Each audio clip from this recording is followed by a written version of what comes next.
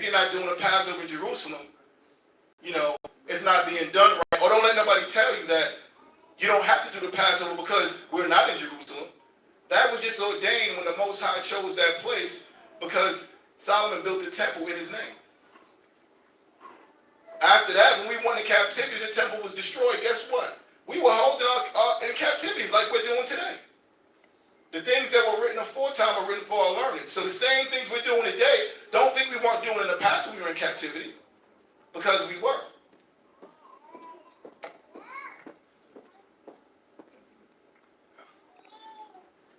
Verse 5, your lamb shall be without blemish, a male of the first year. Ye shall take it out from the sheep or from the goats. So again, your lamb shall be without blemish, meaning a lamb without spot. And you shall take it from the sheep or from the goats. But mainly it was from the sheep. If you didn't have the sheep, then you used the goat. Read on. And ye shall keep it up until the 14th day of the same month. And the whole assembly of the congregation of Israel shall kill it in the evening. So, because we're in captivity, we can't follow the laws to a T. This is why we have grace. But then the scriptures tells you use grace what? Only in a time of need. So this is a time of need because according to the law, the Passover is not supposed to be sacrificed until the sun goes down. But because we have that grace and we have that understanding, that's why we break the lamb. Number one, we're supposed to keep it whole. We don't own stock, so we can't separate it on the 10th day, like it says according to the law. So this is where grace comes in at. You know, you rehearse the righteous acts. Why? Because the law, what we do now is a shadow of things to come. We're doing it, but we're not doing it to that full magnitude. We'll do it to that full magnitude once we're set up in our captivity. Because law, if people want to get technical, lawfully, we're all doing the Passover wrong. Why? Who knows who the sons of Aaron are? Nobody. The sons of Aaron, they were the ones that were sacrificing it. But because we're a nation of kings and priests now, we're allowed to do that. Because when you read Hebrews, the 7th chapter, Yahushua, he temporarily put that on the back burner once he did what? Became that sacrifice. He changed the priesthood. He changed things so now a Judite or a Levite or a Gadite can rehearse these righteous acts to the best of their ability. Everybody understands that, right? And they shall take of the blood and strike it on the 2 side posts and on the upper doorposts of the house wherein they shall eat it. And they shall eat the flesh in that night, roast with fire, and unleavened bread, and with bitter herbs they shall eat it. So this was basically the Passover menu. You had bitter herbs, you had your lamb, okay, you had your matzahs. And then you ate it. And everything else that was left over, from the morning time, you just burnt it. And they shall eat the flesh in that night, roast with fire, and unleavened bread, and with bitter herbs they shall eat it. Eat not of it raw, nor sodden it all with water, but roast with fire. So when it says no sodden it all with water, it's no lamb stew. You can't have lamb stew for the Passover. You had to roast it with fire. There was no such thing as having a lamb stew. And according to the law, the only thing that you're supposed to season your lamb with is kosher salt.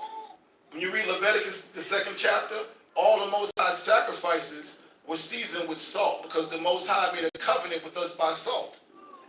So when you did, that's why it's good to know the Levitical priesthood.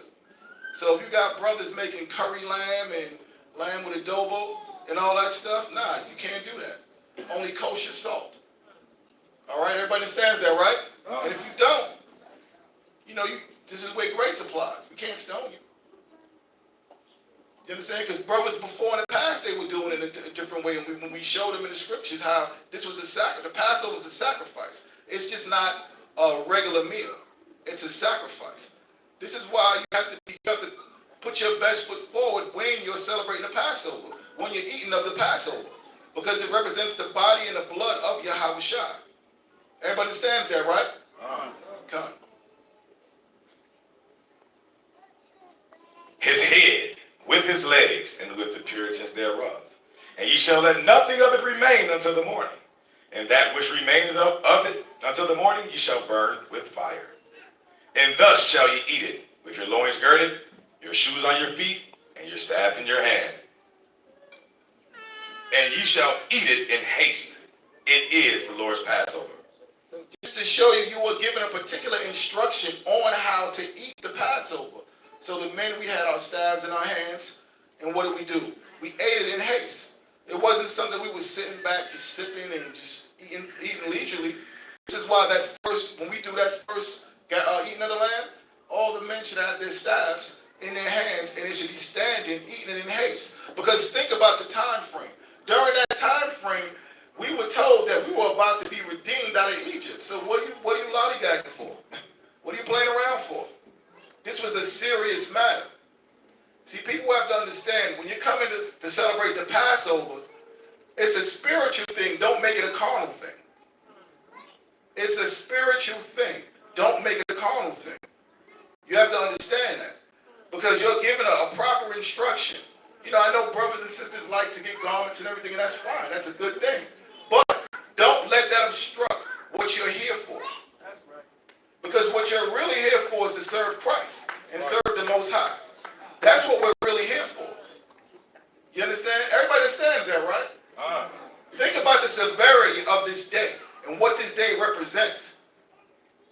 So the last thing that should be on our mind is, if we can't get a garment, then come. Look, the scriptures tells you anyway, rend your heart, not your garment. How about that? Because you can wear fringes dragging around the block, down the corner. If you're wicked, you're wicked. That's right. With them or without it. If you're wicked, you're wicked. You're going to be wicked with the fringes, without the fringes, semi-fringes tucked in. You're just going to be wicked. So put your spirit into this. Every brother and every sister should put their spirit into this, especially you brothers with wives and children. Because you don't know how long we're going to be here for. You don't. Who can tell me we're getting out of here tomorrow? Who can tell me we're getting out of here next year? Or the year after? What happens 20 years from now? Then what? You're not teaching your children what this Passover is about. That blood is on your hands. Read on. Mathaf, we came in here when we was teenagers, man.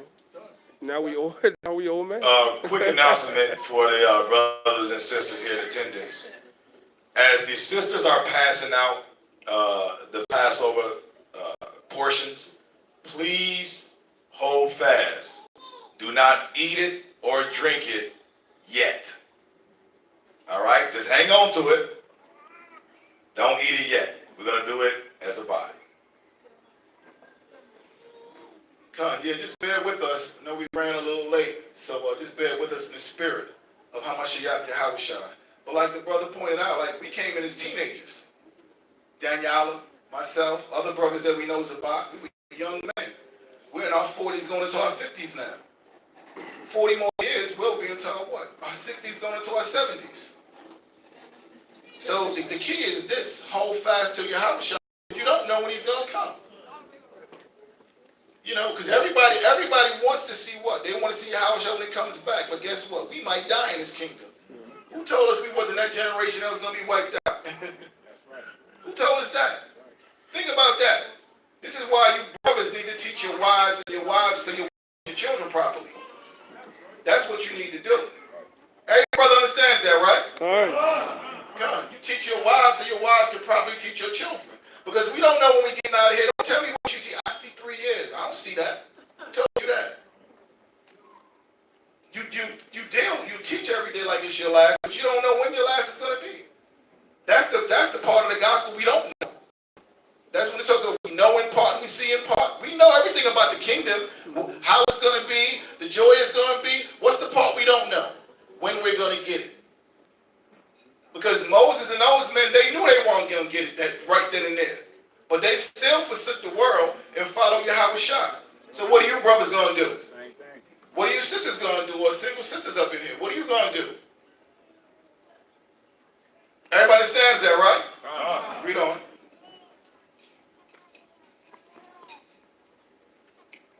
Verse 12. For I will pass through the land of Egypt this night, and will smite all the firstborn in the land of Egypt, both man and beast. And against all the gods of Egypt I will execute judgment. I am the Lord. And the blood shall be to you for a token upon the houses where you are. And when I see the blood, I will pass you, and the plague shall not be upon you to destroy you. When I smite the land of Egypt.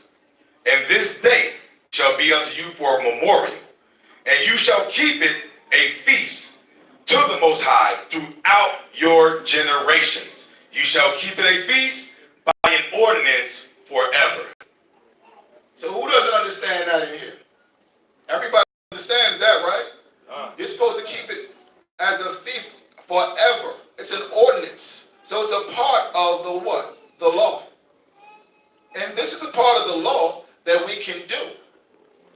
So if this is a part of the law that we can do, don't take it lightly. Because this is all a part of your salvation.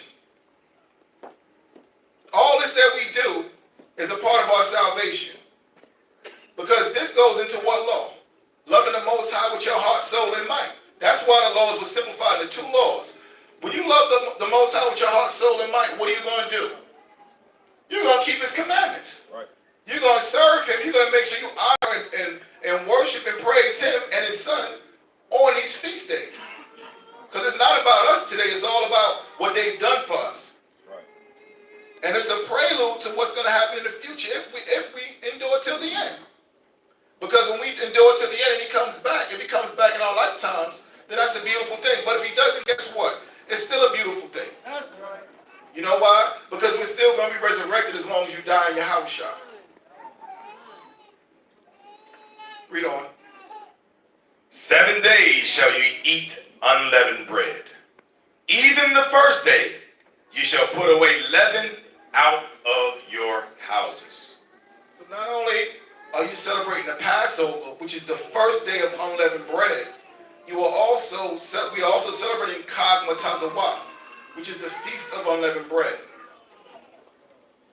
Okay, because we didn't have time to knead the dough so it can rise. We were in haste. We were in haste to do what? Get out of here and get out of Egypt and be redeemed by the Most High. So for 7 days we ate unleavened bread. That signified us leaving out of Egypt in haste. For whosoever eateth leavened bread from the first day until the 7th day, that soul shall be cut off from Israel. And in the first day there shall be a holy convocation. And in the 7th day there shall be a holy convocation to you. No manner of work shall be done in them, save that which every man must eat, that only may be done of you. And ye shall observe the feast of unleavened bread, for in this self day have I brought your armies out of the land of Egypt. Therefore shall ye observe this day in your generations by an ordinance forever. In the first month, on the 14th day of the month at even, ye shall eat unleavened bread until the 21st day of the month at even. 7 days shall there be no leaven found in your houses. For whosoever eateth that which is leavened, even that soul shall be cut off from the congregation of Israel, whether he be a stranger or born in the land. Ye shall eat nothing leavened. In all your habitations shall ye eat unleavened bread. Then Moses called for all the elders of Israel and said unto them, Draw out and take you a lamb according to your families, and kill the Passover.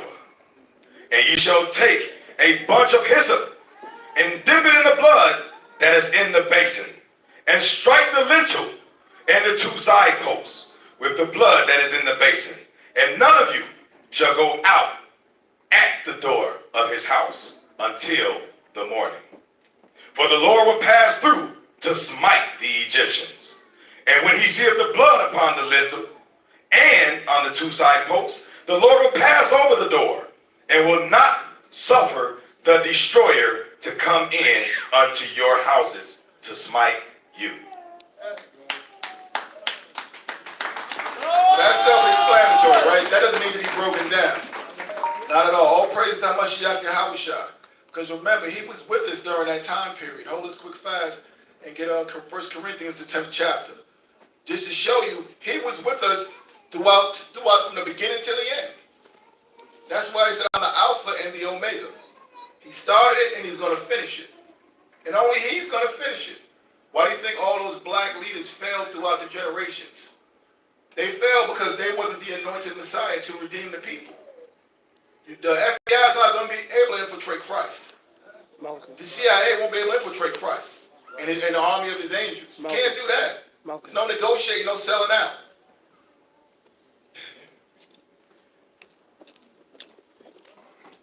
Oh, okay. Oh. Well, the brother's going to bring that out. I don't want to step All on praises. Never mind. All right, 1 Corinthians chapter 10 and the first verse. Moreover, brethren, I would not that ye should be ignorant, how that all our fathers were under the cloud, and all passed through the sea, and were all baptized unto Moses in the cloud and in the sea, and did all eat the same spiritual meat, and did all drink the same spiritual drink. For they drank of that spiritual rock that followed them, and that rock was Christ, Yahushua. But with many of them, the Most High was not well pleased, for they were overthrown in the wilderness. So that's self-explanatory. We're reading that now. He was the destroyer. He was the destroyer. Okay, so Yahushua was always with us throughout the generations. During the time of Daniel, he was with us. You read the song of the three holy children, right? In the book of Daniel, that links up together. They said it was a fourth one in there. He looked like the Son of the Most High. So Christ was with them in the fiery furnace. So Christ was always with us. He never forsook us. We forsook him. So it's time for us to come back to the Most High and Yahushua with all our heart, mind, and soul. So finish reading that.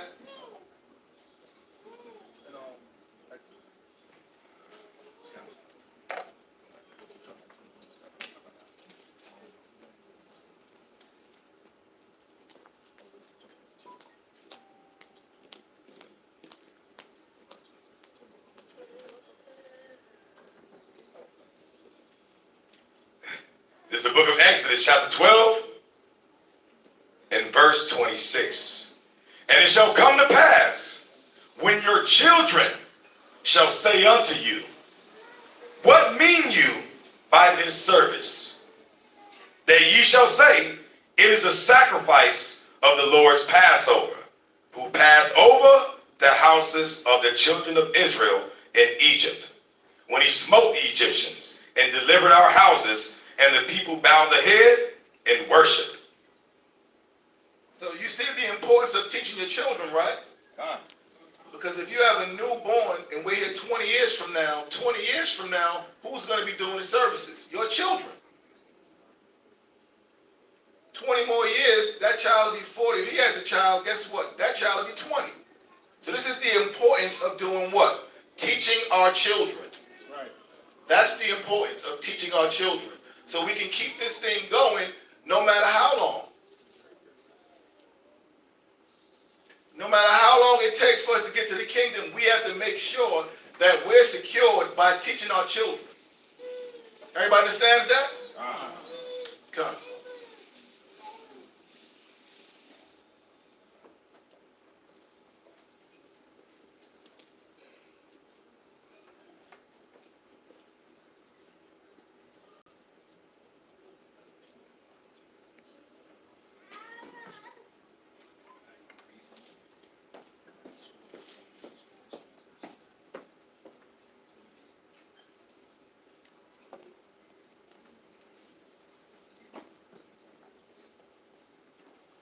First off, I want to say all praise, honor, and glory to Yahweh, Bahashem, Mashiach Yahushua.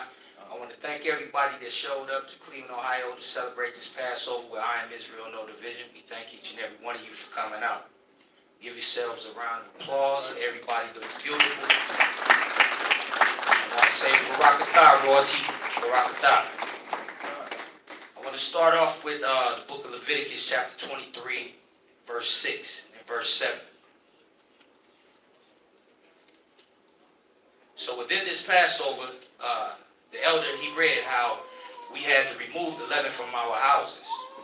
So I want to go into a little bit about the leaven and try to get a better understanding of what leaven is and why we are to remove it. It's the book of Leviticus, chapter 23, verse 6. And on the 15th day of the same month, in the feast of unleavened bread unto the Most High, 7 days ye must eat unleavened bread. In the first day ye shall have an holy convocation, ye shall do no servile work therein. So in the book of Leviticus chapter 23, we're commanded to remove the leaven. Eat any unleavened bread for 7 days. So with the removal of the unleavened bread, it starts this evening with the Passover. Quick breakdown of the definition of leaven. What leaven is a rising agent.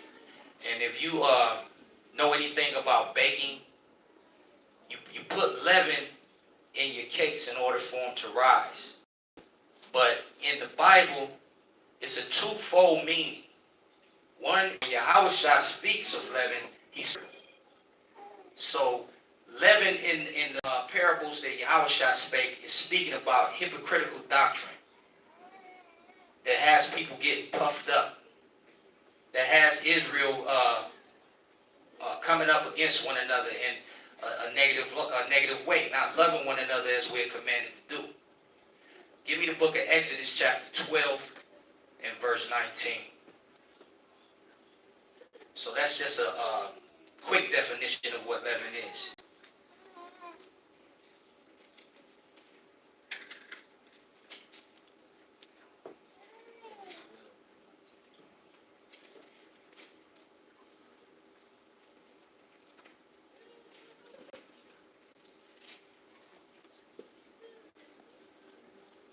It's the book of Exodus, the 12th chapter and the 19th verse. And it reads, 7 days shall there be no leaven found in your houses. For whosoever eateth that which is leavened, even that soul shall be cut off from the congregation of Israel, whether he be a stranger or born in the land. Right here, this is a physical removal of leaven. We remove the leaven from our houses, and we're commanded not to eat any leaven in order to remove it from our physical bodies. But when you go into it, it's a much deeper, more significant and spiritual meaning. This is symbolism. This is all symbolism. And let's find out what the symbolism is. Go to the book of Luke chapter 12, start at verse 1. This is the book of Luke, the 12th chapter, and we're going to start at the first verse. In the meantime, when they were gathered together, an innumerable multitude of people, insomuch that they trode one upon another, he began to say unto his disciples, first of all, beware ye of the leaven of the Pharisees, which is hypocrisy. For there is nothing covered that shall not be revealed, neither hid that shall not be known. Therefore, whatsoever ye have spoken in darkness shall be heard in the light. So as I mentioned before, Yahushua spoke in parables. And just think about it. If Christ was here for everybody, why did he speak in parables? Why did he let his disciples know that what I'm speaking is for you to know, it's not for everyone? So he's telling you right there that I'm not here for everybody. I'm here for the people that were given to me, the chosen, who belong to my Father, and then my Father give me the dominion over them. So he's not here for everybody. That's right. But as it mentions, he says that beware of the leaven of the Pharisees, which is the hypocritical doctrine that the Pharisees were teaching Israel. They were adding in traditions of men into their doctrine. They were putting people to death, but it was not by the laws that the Most High had given us.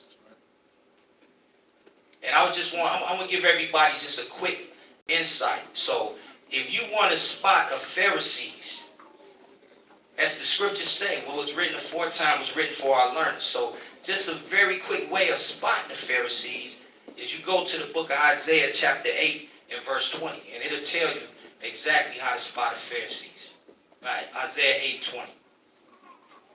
This is the book of Isaiah, the 8th chapter and the 20th verse, and it reads, "To the law and to the testimony, if they speak not according to this word, it is because there is no light in them."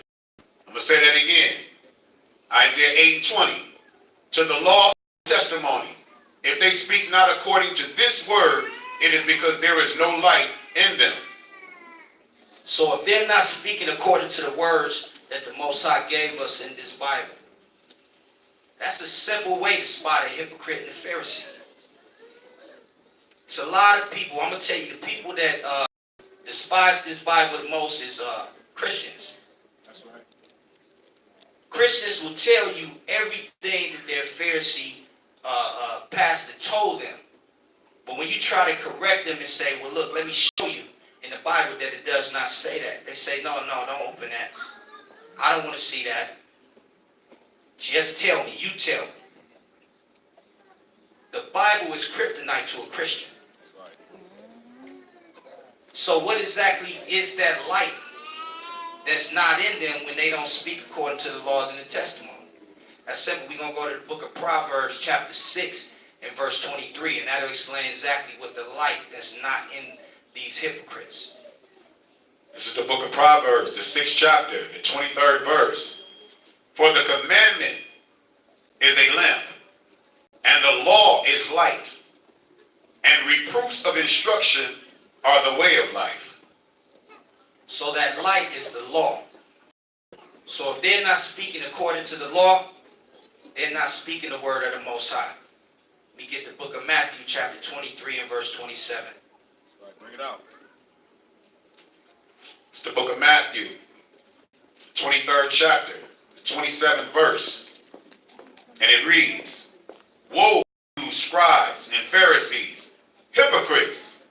For ye are like unto whited sepulchres, which indeed appear beautiful outward, but are within full of dead men's bones, and of all uncleanness." Let me read that again, Matthew 23:27. "Woe unto you, scribes and Pharisees, hypocrites! For ye are like unto whited sepulchres, which indeed appear beautiful outward, but are within full of dead men's bones, and of all uncleanness." So this is why we have to be unleavened. This is the reason. Just like the elder brought out a little bit earlier, it doesn't matter how big your beard is. It doesn't matter if you have your fringes on every day. It don't matter how modest you dress. Whether you have your head covers when the scriptures come out. If you filthy on the inside, you filthy on the inside. It does not matter what the outward appearance is. That's right. So you have to clean yourself up from the inside first. And that's what Paul was teaching the Gentiles or the Israelites that did not keep the law.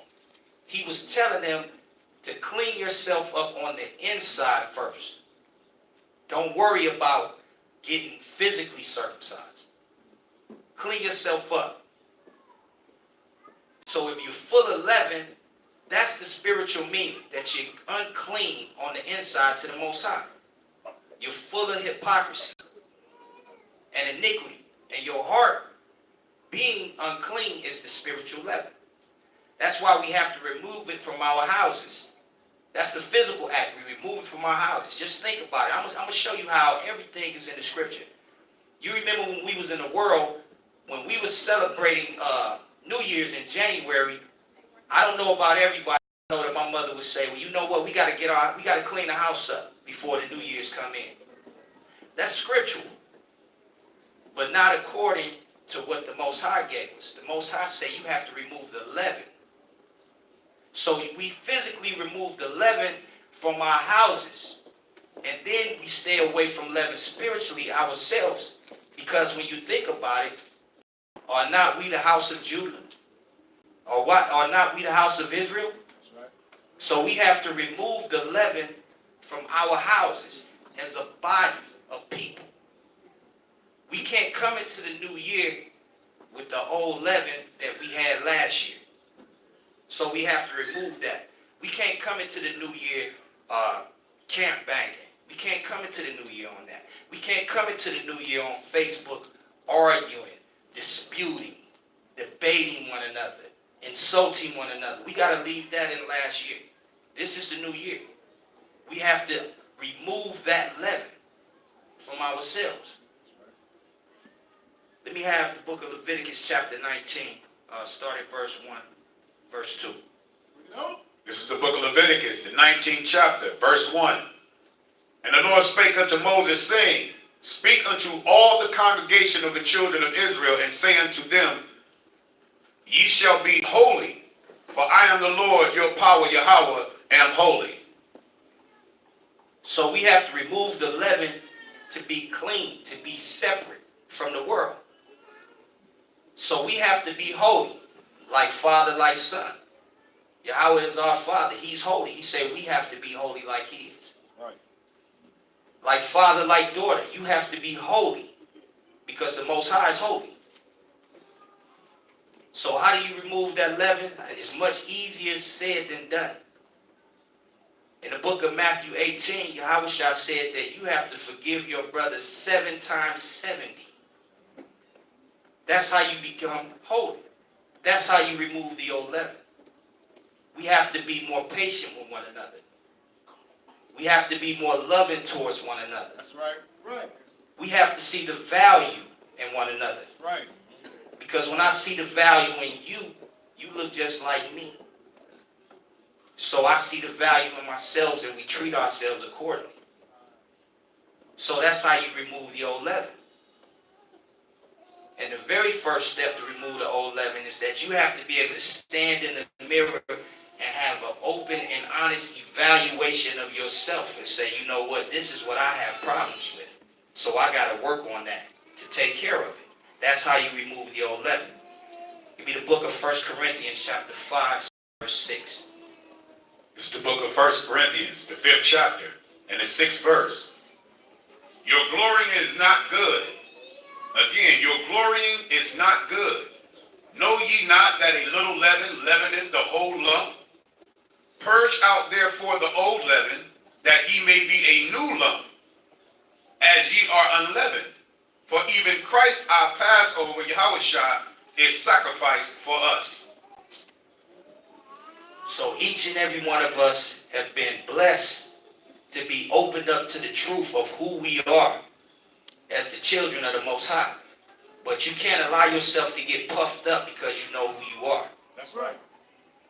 Just a little bit of murmuring towards your brother or your sister. A small bit of backbiting. Being immoral. Being dishonest towards your brother or your sister. Bring it out. That'll leaven the entire body of Israel. That's right.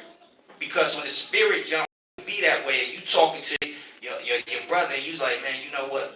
Man, I don't like that guy, that dude right there, man. He did this and this and that. You know what? That spirit will jump on him to dislike that brother, and he don't even have a reason to do it. So that little bit of leaven will leaven the entire lump because it'll spread.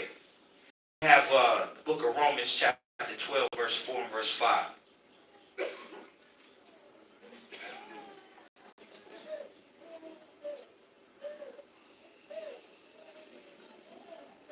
This is the book of Romans. It's chapter 12. It's the book of Romans, the 12th chapter, and the 5th verse. Romans 12 and 4.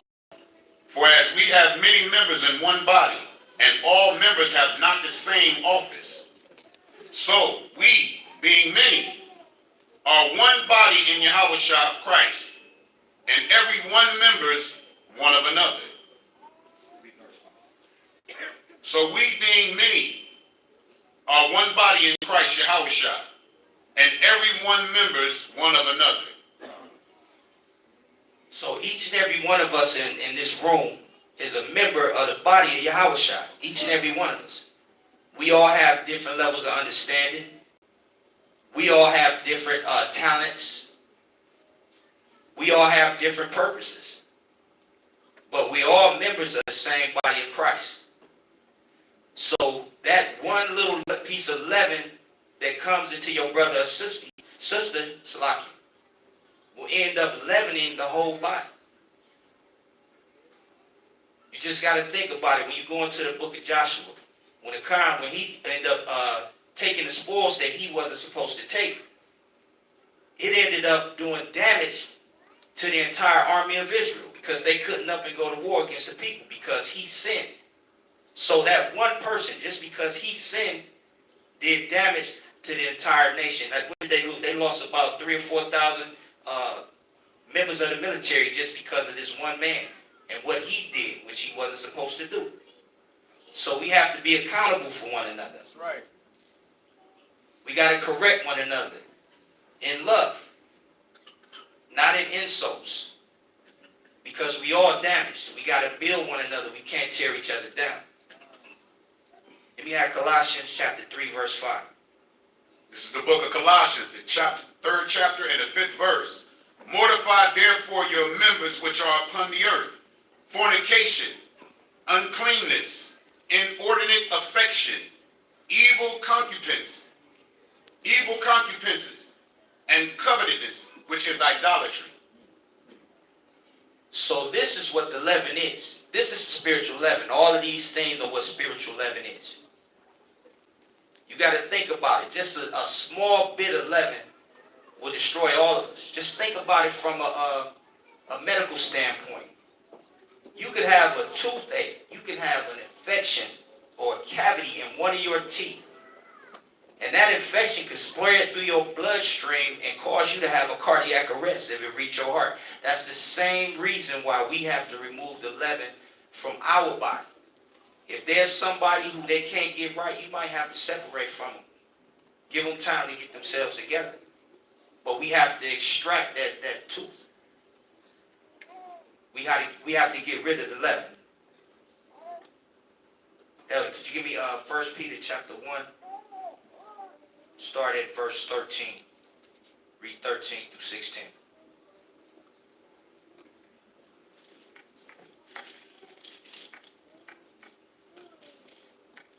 So book of 1 Peter chapter 1. 1 Peter chapter 1 verse 13. Wherefore gird up the loins of your mind. Be sober and hope to the end for that is to be brought unto you at the revelation of Hamashiach Yahushua. As obedient children, not fashioning yourselves according to the former lusts in your ignorance. But as he which has called you is holy, so be ye holy in all manner of conversation. Because it is written, be ye holy, for I am holy. And if ye call on the Father, who without respect of person judgeth according to every man's work, pass the time of your sojourning here in fear. For as much as ye know that ye were not redeemed with corruptible things, as silver and gold, from your vain conversation received by tradition by your fathers. God, so we got to watch our mouths. We have to watch how we speak to one another.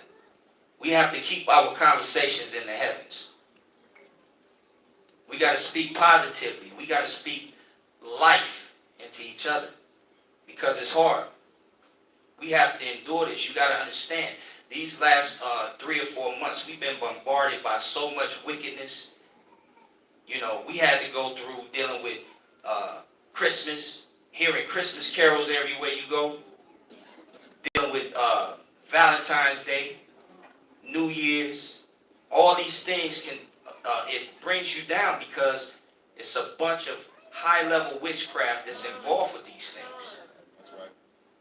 So the Passover is a chance for us to revitalize, to come along like-minded people, come together, enjoy one another, keep our conversations in the heavens, speak positively, stay in these scriptures.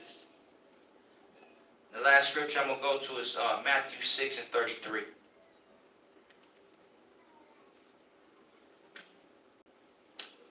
This is the book of Matthew, the 6th chapter, and the 33rd verse.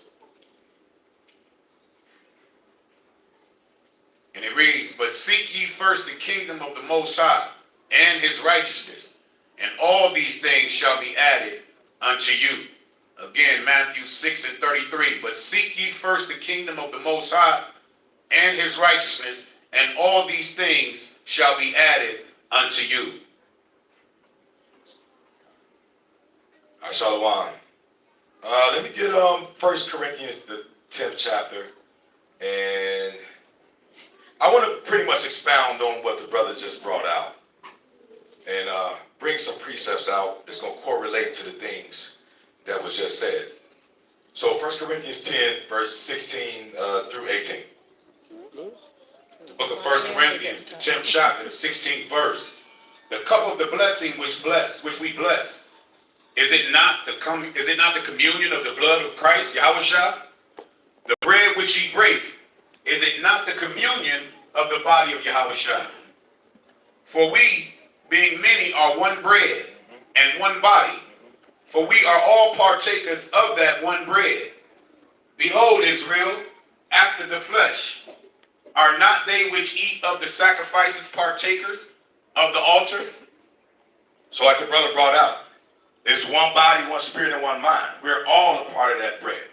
So leaven, whether it be leaven within me or one of the elders sitting here, it's going to affect us all. What we do in this walk, what we do in this truth, does not only affect you. It affects us as a nation. We didn't go into captivity as individuals. We went into captivity as a nation. This is why we must purge out that leaven. The leaven that resonates in each and every individual must be purged. If you love your brother, if you love your sister, then you would definitely have their best interests at heart. Okay? The other thing that the brother brought out, when we look at 1 Corinthians, the 5th chapter, and let's start with the 6th verse real quick. 1 Corinthians 5, I want to hit, let's get 6 through 8. 1 Corinthians, the 5th chapter, the 6th verse. Your glorifying is not good. Know ye not that a little leaven leaveneth the whole lump? Purge out therefore the old leaven, that ye may be a new lump, and ye are unleavened, as ye are unleavened. For even Yahushua our Passover is sacrificed for us. Therefore let us keep the feast, not with old leaven, with the leaven of malice and wickedness, but with the unleavened bread of sincerity and truth. It's more than just cleaning out your cupboards and your refrigerators. Okay? When we look at it and examine it, like the brother brought out in Luke 12, we understand that leaven of the Pharisees was hypocrisy. When we look at Matthew, the 16th chapter, we understand that also the false teachings of the Pharisees and the Sadducees were considered as leaven. We see a lot of doctrines that pop up. Okay? Keep the faith in Mashiach Yahushua. Keep the commandments to the best of your ability. Okay? But at the end of the day, if you see a brother that's erring in something, whether it's lying, whether it's stealing, correct them in righteousness. Because if you turn a blind eye to it, you bear that iniquity. We read Leviticus, the 5th chapter, you bear that. This is how you understand that a little leaven leaveneth the whole lump. A lot of us turn a blind eye to a lot of things that go on within this nation, and going forward in hopes of attaining the kingdom, we must put that to rest. Okay? When we look at it's like, let me get Romans 5. Romans 5. Romans 5 and 12 will show you exactly how leaven that affects one affects everybody. This is the book of Romans, the 5th chapter, the 12th verse. Wherefore, as by one man's sin entered into the world, and death by sin, and so death passed upon all men, for that all have sinned. That leaven spread. That sin didn't just affect that one man. It affected us all. Okay? When we look at the book of James, the 1st chapter, we understand that where there's that sin, that James 1 and 13, or 15, Salakia. This is the book of James, the 1st chapter, the 15th verse. Then when lust hath conceived, it bringeth forth sin. And sin, when it is finished, bringeth forth death. So it continues to grow. It continues to spread. It doesn't just stop with the thought process. It grows and it gives birth unto something else and to something else, and there's a domino effect. Okay? So at the end of the day, we have to be not just accountable for our own actions as individuals, but you have to be your brother's keeper. You have to be your sister's keeper. All right? Get one more scripture.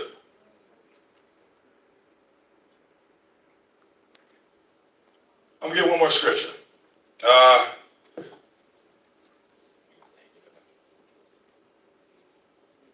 got you.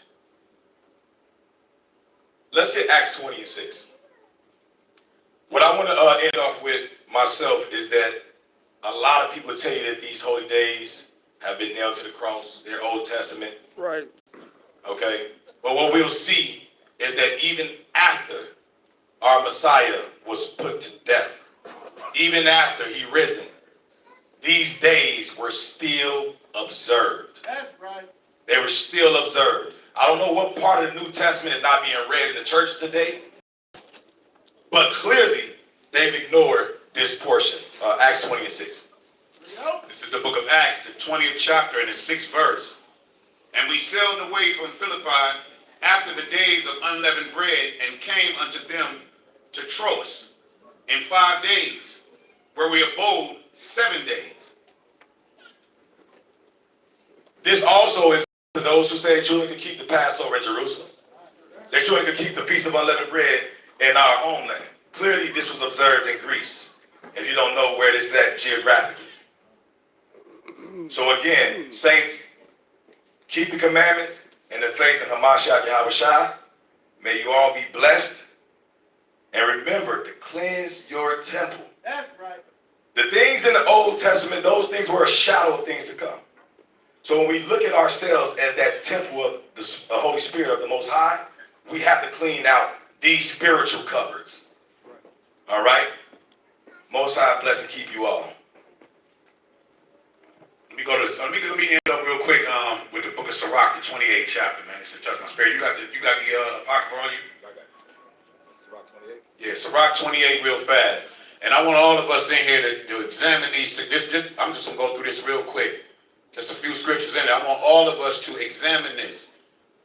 Because if you had some type of discrepancy or some type of outing with anyone in your family, brother, sister, whoever it was, you should not even take this Passover meal. Right. Okay? If you got anything in your heart, anything in your mind against anybody in your family, friends, whoever it may be, if you didn't settle that before you came to Passover, you should not take this meal. But I just want to bring something out in the book of Sirach, the 28th chapter. I want us all to pay attention to this as we leave out of here going forward in our lives, man, when it comes down to how we deal with people who wrong us and may hurt us. You got it? This is the book of Ecclesiasticus, or Sirach in the Apocrypha, chapter 28. He that revengeth shall find vengeance from the Lord, and he will surely keep his sins in remembrance. Verse 2. Forgive thy neighbor the hurt that he has done unto thee, so shall thy sins also be forgiven when thou prayest. So if you got some type of malice in your heart for somebody, how you going to have malice in your heart towards somebody else, but then you got the nerve to go down on our knees and pray and ask the Most High, or stand up and ask the Most High to forgive you? You want to be forgiven by the Most High, but you still holding the malice and some type of malicious thought process towards your brother or your sister. Read. One man beareth hatred against another, and doeth he seek pardon from the Lord? He showeth no mercy to a man which is like himself, and doeth he ask forgiveness of his own sin? So you don't got so you got a problem with somebody that's close by you, but then you want to ask the Lord, like I said, you want to turn around and ask the Most High to forgive you for your sins. What type of sense does that make? So I want all of us to keep that in mind as you go forward in your life. You cannot revenge a brother or a sister that did you wrong and then turn around and ask the Lord to forgive you. It don't work like that. It's all about love. It's all about charity. It's all about patience. It's all about long suffering. Read. Verse 5.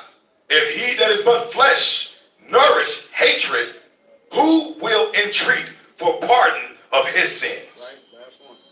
Remember thy end, and let enmity cease. Right. Remember corruption and death, and abide in the commandments. Remember the commandments, and bear no malice to thy neighbor.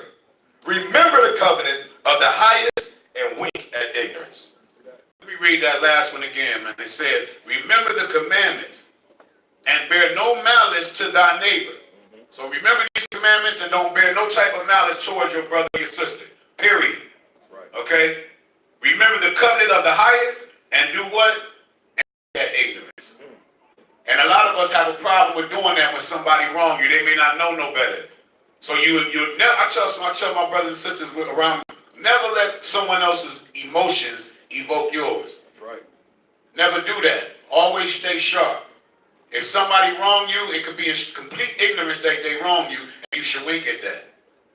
Okay? With that being said, I'm going to pass over to the elder. I just want to go back a little bit.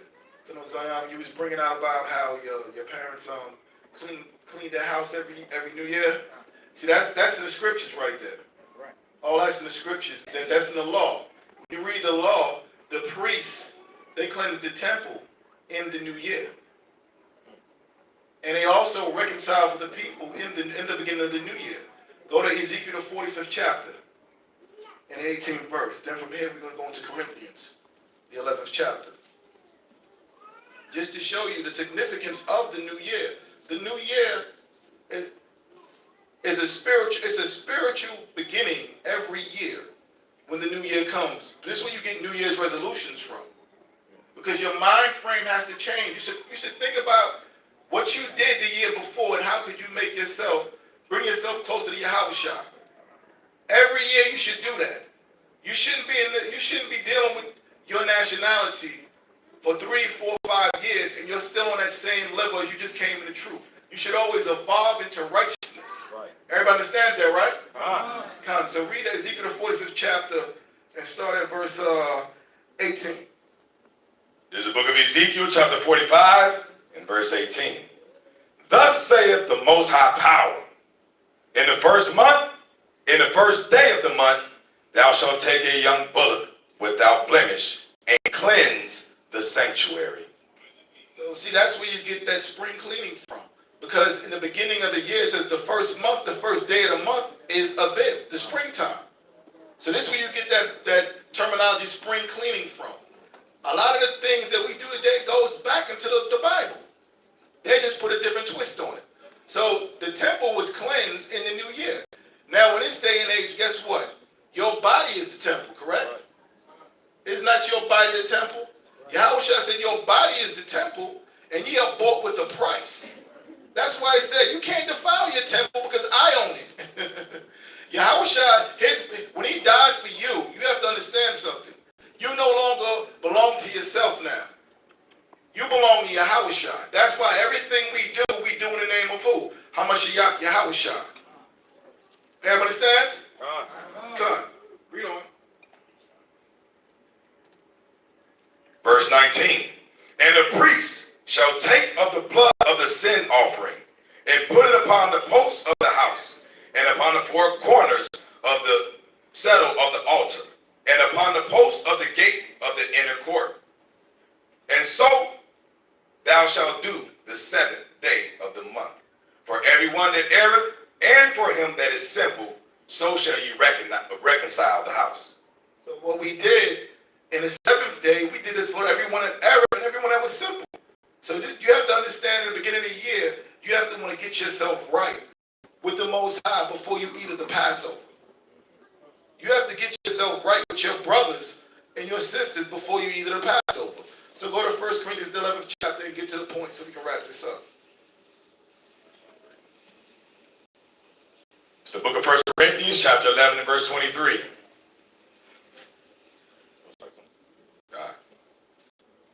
When ye come together, therefore, into one place, this is not to eat the Lord's Supper. For in eating, everyone taketh before other. his own son. And one is hungry, and another is drunken. What? Have ye not houses to eat and drink in?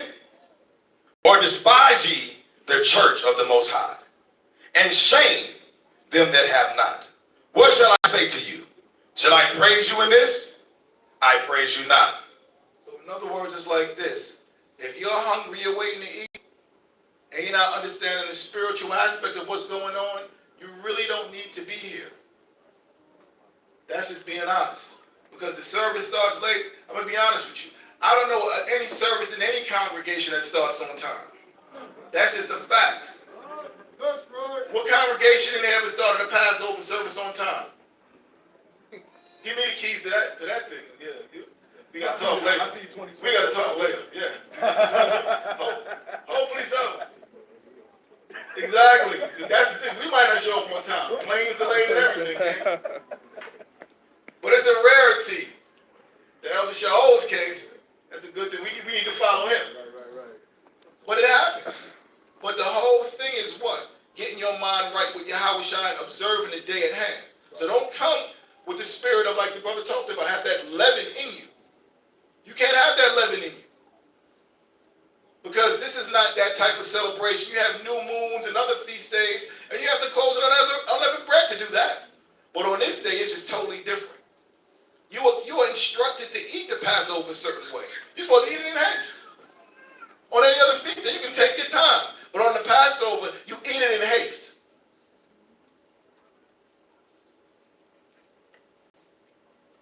Verse 23.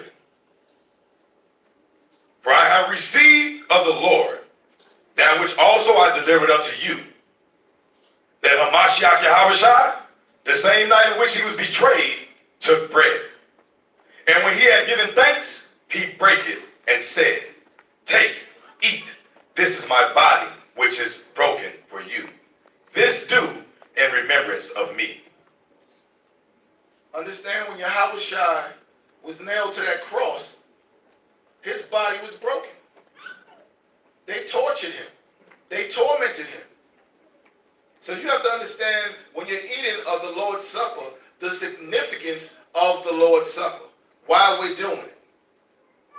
Because it's commemorating what? The sacrifice that Yahweh Shai did for us. By sacrificing his body and shedding his blood to bring us back to the Most High. Does everybody understand that? After the same manner, also he took the cup when he had supped, saying, This cup is the New Testament in my blood. This do ye as oft as ye drink it in remembrance of me. For as often as ye eat this bread and drink this cup, ye do show the Lord's death till he come. Wherefore, whosoever shall eat this bread and drink this cup of the Lord unworthily shall be guilty of the body and blood. Basically, it's saying